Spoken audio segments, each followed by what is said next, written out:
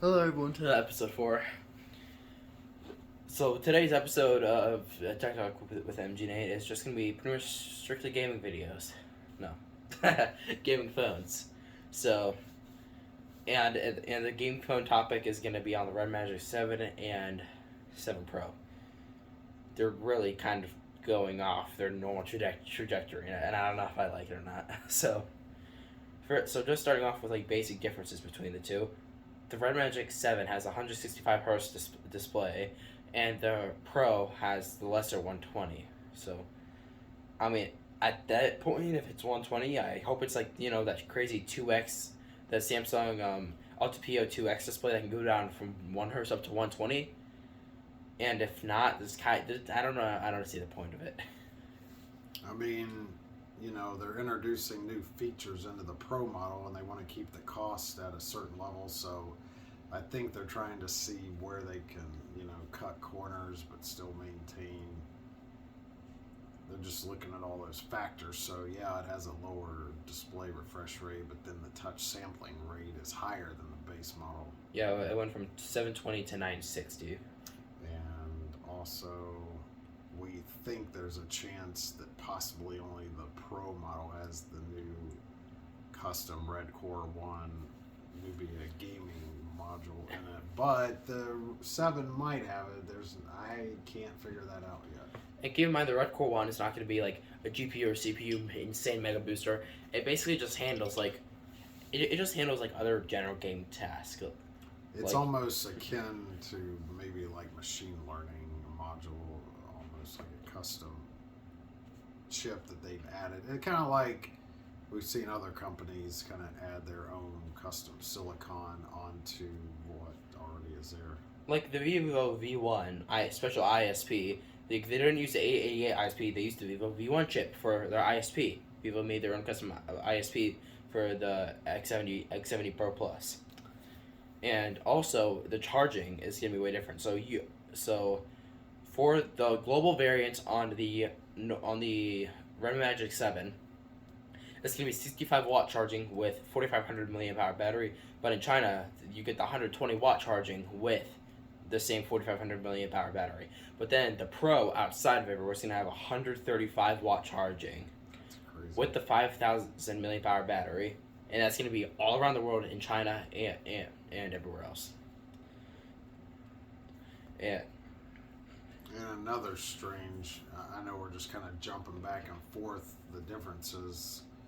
Of course, if you're a really elite gamer, you want to go for the Pro model because you're going to have slightly boosted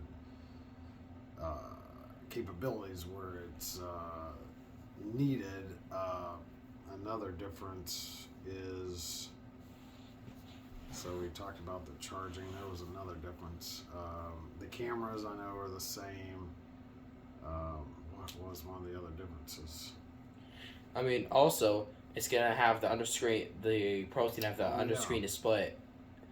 It's gonna have the underscreen camera. So, what that's gonna do is it's still gonna have the same 6.8 inch display. It's gonna be the same width, but it's actually gonna make it a slightly shorter phone. It's just gonna make it slightly shorter than the regular model, but you're gonna have the same screen size and just thinner bezel. So more screen to body ratio, and that's always nice. And there was information in the beginning that like maybe the base model's an 8-bit panel and the Pro's a 10-bit panel, but they both might be 10 Pro or 10-bit.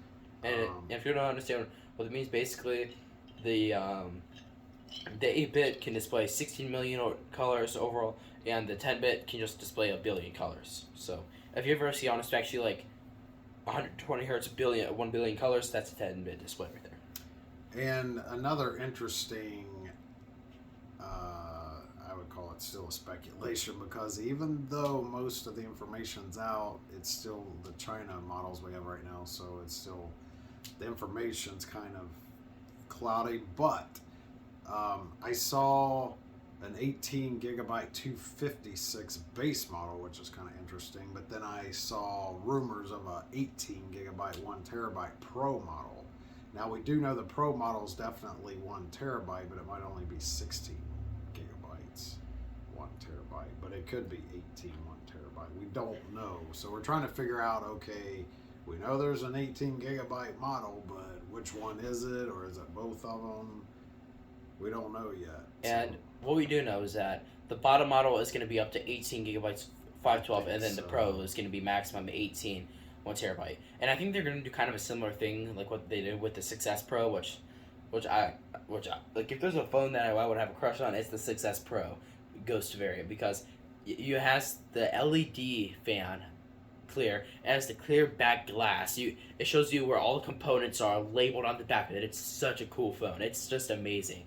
And that's the Ghost variant. It's like just a few dollars more, and you get the maxed out specs. It's awesome.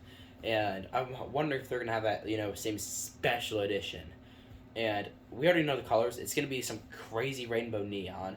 Then it's gonna be like a subtle gray, and then pretty much a complete black. It's still gonna have the sharp crazy It's still gonna have the crazy gamer aesthetic, but if you want to go for the crazy looks, just get you have the neon, then you have the other two kind of more boring ones. And there is a Ghost model for sure in the Pro line, and the fan inside the Ghost model also has RGB lights on it, so the fan's gonna light up, not just they're definitely not getting rid of that.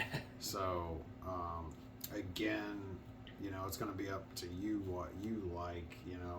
It's interesting. I like how Nubia is giving the base model some higher specs. It's basically like they took the 6S Pro specs and upgraded the 7 base model, of course, with a Gen 1 chip. So it's kind of a 6S Pro and a 7 body with the new chip. And then the Pro, I feel like the Pro this year, more so than just being a higher spec version, it's more of an experimental version. So some things are better, but then other things, it's just experimental. Yeah, and I was about to say that, I think they're kind of taking it. They're basically just they're just kind of dipping their feet in the water with different ideas, and I think what they're trying to do here is, because if we're being real, he was optimized for 165 hertz display. Literally no one. The only apps that can do 165 hertz are games that have no refresh rate cap. That's like Real Racing 3 by EA Games, Bullet Force, and those are the only two I can think of off the top of my head. But they have no FPS cap. You can enjoy those games at full FPS, but 120 hertz, that's really the highest that the normal game developers are optimizing for. Maybe 144. But 120 is what everything has had for the past couple of years now with Android. So that's what everyone's optimizing for, and especially even with the iPhones, they're using 120. So that's gonna pretty much be the standard moving forward. And I think what they're trying to do with the Pro is if you just want crazy red magic specs like they've always had, you can go for the regular. But if you're more that hardcore gamer that just needs that extremely sustained performance, that's when you get the Pro model. If you're a hardcore and you just need sustained performance with high frame rates, the lower frame rate it is gonna be less heat. It's gonna be pretty much just overall better for more sustained performance. And also, once again, they're always so proud of their new vapor chamber, because Red Magic, they're always constantly making the air chamber that the air is moving through the phone bigger and bigger every single year, and they're always improving the airflow, constantly optimizing it, their gaming fan for the best cooling possible. And this year it's up to 20,000 RPM, so it's going to be a really good one. And some other aspects of their cooling system's been upgraded, so that's good. One note I did want to make on the cameras: the under display camera on the Pro is 16 megapixels. It's the traditional 8 megapixel, punch hole on the base model. So there is a slight upgrade to the UD selfie camera, but we'll just have to see how that's gonna. And my question is it gonna be any good? Because the issue with those under display cameras is that with the Axon 20, without AI optimization, it kind of sucked. But then as soon as you turned the AI on, it looked decent. It was passable. It would work. On a gaming phone that already has a bad cameras to start with, put it under the display. I'm interested. I'm kind of interested to see how the photos are going to turn out. Hopefully they're not terrible, but obviously you're not buying a gaming phone for the cameras. I think we all know that at this point. But I'm just wondering, are they at least gonna make an effort to try and make it? Because already under display cameras, they're just going to be really difficult to even try to produce a decent photo. And Samsung, they didn't even try with their stupid 4 megapixel under display camera on the Fold. That sucked. And so hopefully they'll at least make some of an effort, but I'm not expecting too much. And before we wrap this quick episode 4 up, I wanted to just mention a couple late breaking items on the Red Magic 7. Now that the Redmi K50 gaming edition's out, they have done some testing, the Red Magic 7 Pro versus it, and it looks like, see, the K50 gaming edition's not solely a dedicated gaming phone, but it managed to average like 56 plus frames per second at 5 point something watts of power, which is really low, like 5.9 watts. And the Red Magic 7 did hold almost 60 frames per second, but it was almost double the wattage at like 9.2 watts. And is that Genshin Impact? I think it might have been. I think they tested more of the games than just that. But yeah, as the boil down came, the K50 Pro proved that you can have, like more stabilized performance and almost approach what a dedicated gaming phone can do with massive cooling systems and just all out raw power. So it's interesting. So, these tests are incoming and developing, and it's breaking information, but and I know Nathan wanted to mention some other phones like the Motorola Frontier. It looks like that's a real deal. It looks like it's going to be 194 megapixel lens. I'm assuming it is the Samsung lens. I mean, it could be another lens. I don't know. I mean, like, the thing with that lens is that Samsung promised a 200 megapixel lens. Yeah, so I'm not sure about that. It could be a whole different lens Motorola's using, like an OmniVision, or it could be a Sony. I don't know that for sure. Like Sony, I don't think they wouldn't go for just some dumb off-brand lens. I mean, Motorola's done dumber things in the past. Like, I don't know if they're gonna go for some weird off-brand thing, or Samsung is actually making a near 200 megapixel lens. 194 is just kind of weird though. Like, it's weird, but it could be like a custom version of the 200 megapixel for the Motorola. Like, I don't know what you can bend that down to. Like with the 108 megapixel, it makes sense. They see 9 pixels, nine small pixels to make one big pixel. Pretty much, one pixel is picked up to 9 small pixels. So it's super easy to just go from 108 bend it down to 12. It looks amazing. But what we do know is, I'll be honest, if I speculate a little bit here, that this Frontier phone is essentially going to be an X30 with the main sensor bumped up to 194. So it looks like just about every other spec on the phone outside of maybe they're going to go with the 8 Gen 1 Plus chip in the phone if they can get a hold of them by mid-July.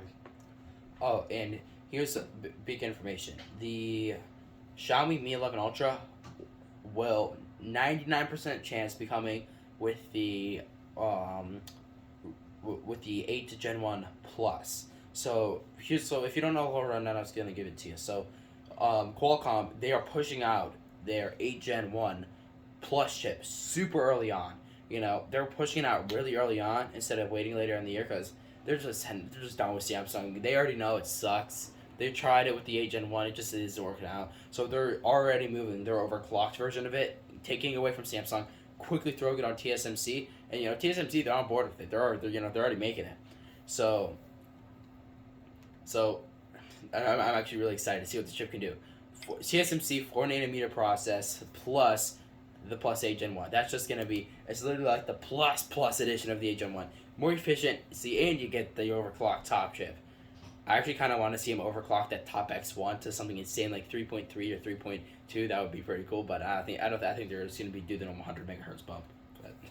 Plus, now with the MediaTek Dimensity 9000 chip coming online, I think Qualcomm's taking a look at that and realizing that, hey, we got to do something here, because MediaTek's going to start stealing the show. Yeah, and the CPU on the MediaTek Dimensity 9000 is a beast. They all have the same cores, except the main core is clocked at 3.05 as clocked at 3.05 gigahertz. That's about the same.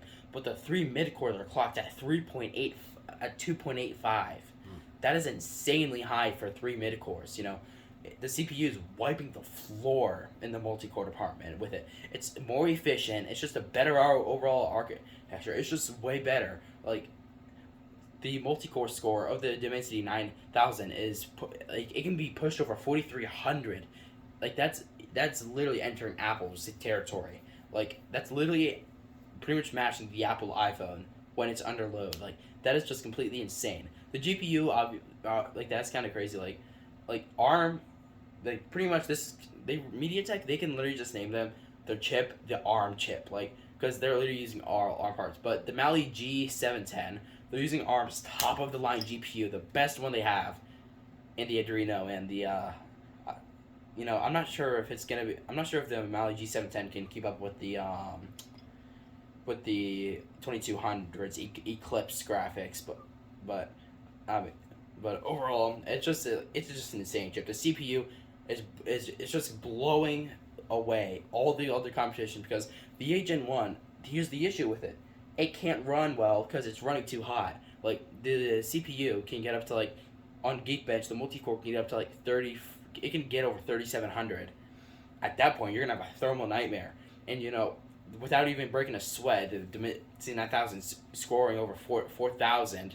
And it's not even overheating it at all. It's just fine, which is just that just blows me away. And to wrap this episode up, since we're on the topic of gaming phones and so on, I did want to touch on the Exynos 2200 to say that in early testing, obviously the 2200 in the S22s only went out to content creators and people like that, but it looks pretty underwhelming so far. There's a potential for underwhelming performance from what I've heard on some gaming testing. Obviously, the multi-core score seems to be pretty good on it, but the single core is lower, and so far the gaming experience has been kind of underwhelming on it, despite all the hype around it. So I'm a big fan of it because it has added hardware hardware capable ray tracing on a smartphone, which is just hard to imagine. So yeah, as far as the technology behind it, I'm a fan of it, and I'm open-minded just to see this through. But it's a first-gen chip with these capabilities at the hardware level, so let's see how it turns out. But right now, the 8 Gen 1 chip is just beating it, and of course no games yet support ray tracing on a mobile game. There probably will be something come out. I've heard Apex Legends might be the first one to do that, but we don't know yet. So. Also, Minecraft will be quick to adapt. Oh yeah. People with Minecraft shader packs are all ray tracing. If you haven't seen Minecraft with shader packs and ray tracing, it looks amazing. But yeah, it crushes pieces. And the last thing is the Black Shark 5. If you don't know, Xiaomi sold it, sadly. I love the Xiaomi Black Shark line. It was one of my favorite lines. They sold it to Tencent, which they're just some other tech company, but the Black Shark 5, the base model, is going to have the Snapdragon 870 in it. Literally an entire, the released 2021 in January. Phones are still using the Snapdragon 870 as, the top line gaming phone. Of course, the Pro's going to have the 8 Gen 1. That's not a surprise, but, they're not even using the 8 Gen 1 in the base model. They're using the 870. So, yeah, I thought that was a cool bit of information. So, I hope you guys enjoyed this video. It was going to be a bit of a shorter video, but we definitely got a lot into it. So, feel free to tell me, what's kind of your opinion on, Red Magic, and they're just testing with different formulas. I'm still kind of confused on what they're trying to do with the 7 Pro. It's kind of like LG. They couldn't really figure out what they were meant to be. I don't know. Red Magic, they're the hardcore but best value gaming phone, and now they're kind of.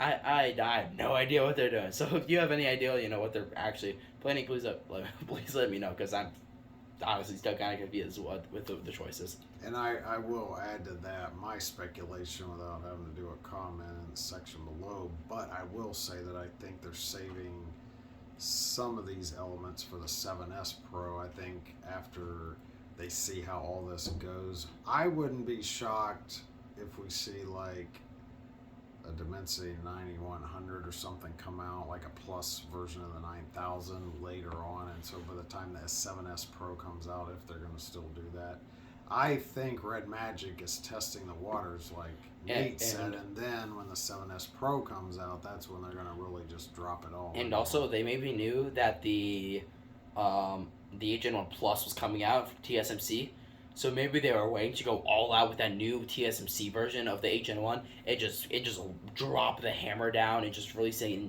completely berserk flagship, and so I'm really hoping that they just drop it all. They literally leave zero things on the plate. Just go for the most insane FPS, insane performance, massive cooling chamber, just like maxed out specs with the Gen 1. I guess double plus you can call it. But I don't want anyone out there to be, let's say, misguided, because if you compare the original Red Magic 6 Pro to the Magic 6S Pro, they're back and forth. Like, just because they threw an 888 Plus in the 6S Pro, so far in testing and like thermal throttling and all that, the 888's keeping right up with the 888 Plus. So there probably are some performance enhancements, but it's minor. And the only improvement is that the fan got faster and it looks a hell of a lot cooler. That's literally about the only difference. Faster chip. The fan got 3,000 RPMs faster to the 20,000 mark, and it's still keeping the same with the Red Magic 7. So I hope you guys enjoyed this video, and I'll see you next time. Bye-bye.